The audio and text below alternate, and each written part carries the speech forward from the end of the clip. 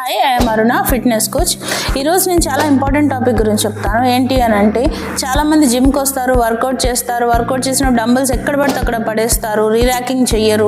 First మీరు A workout చేసినా సరే డంబుల్స్ మనం ఎక్కడి నుంచి తీసామో అక్కడ పెట్టడం నేర్చుకోండి ప్లీజ్. ఎందుకు అని అంటే, జిమ్లో వర్క్ చేసే పిల్లలు అనేవాళ్ళు చాలా వీక్గా ఉంటారు. అండ్ ఏంటంటే వాళ్ళు శాలరీస్ కూడా చాలా తక్కువ ఉంటుంది. మనలాగా వాళ్ళ హై ప్రోటీన్ ఫుడ్స్ అని, బాడీ బిల్డింగ్ చేసే వాళ్ళు కానీ, వర్కౌట్స్ చేసే వాళ్ళు కానీ, నార్మల్గా ఫిట్నెస్ మెయింటైన్ చేసే వాళ్ళు కూడా అట్లీస్ట్ మనము మన డైట్ కోసమే 20,000 to 25,000 ఖర్చు పెడతాము. కానీ వర్క్ చేసే వాళ్ళు ఎట్లా, కనీసం వాళ్ళు ఒక 10,000కి 12,000కి 9,000కి వర్క్ చేస్తారు. వాళ్ళు అంత స్పెండ్ చేయలేరు మనీ.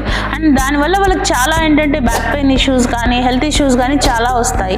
సో ప్లీజ్ కొంచెం దీన్ని కన్సిడర్ చేయండి. రీరాకింగ్ అనేది చాలా ఇంపార్టెంట్. మన ఇంటిని కూడా మనం ఎంత శుభ్రంగా పెట్టుకుంటామో, తీసిన వస్తువులు తీసిన దగ్గర పడేయకుండా ఎట్లయితే నీట్గా ఉంచుకుంటామో, జిమ్ని కూడా అలాగే మెయింటైన్ చేయండి.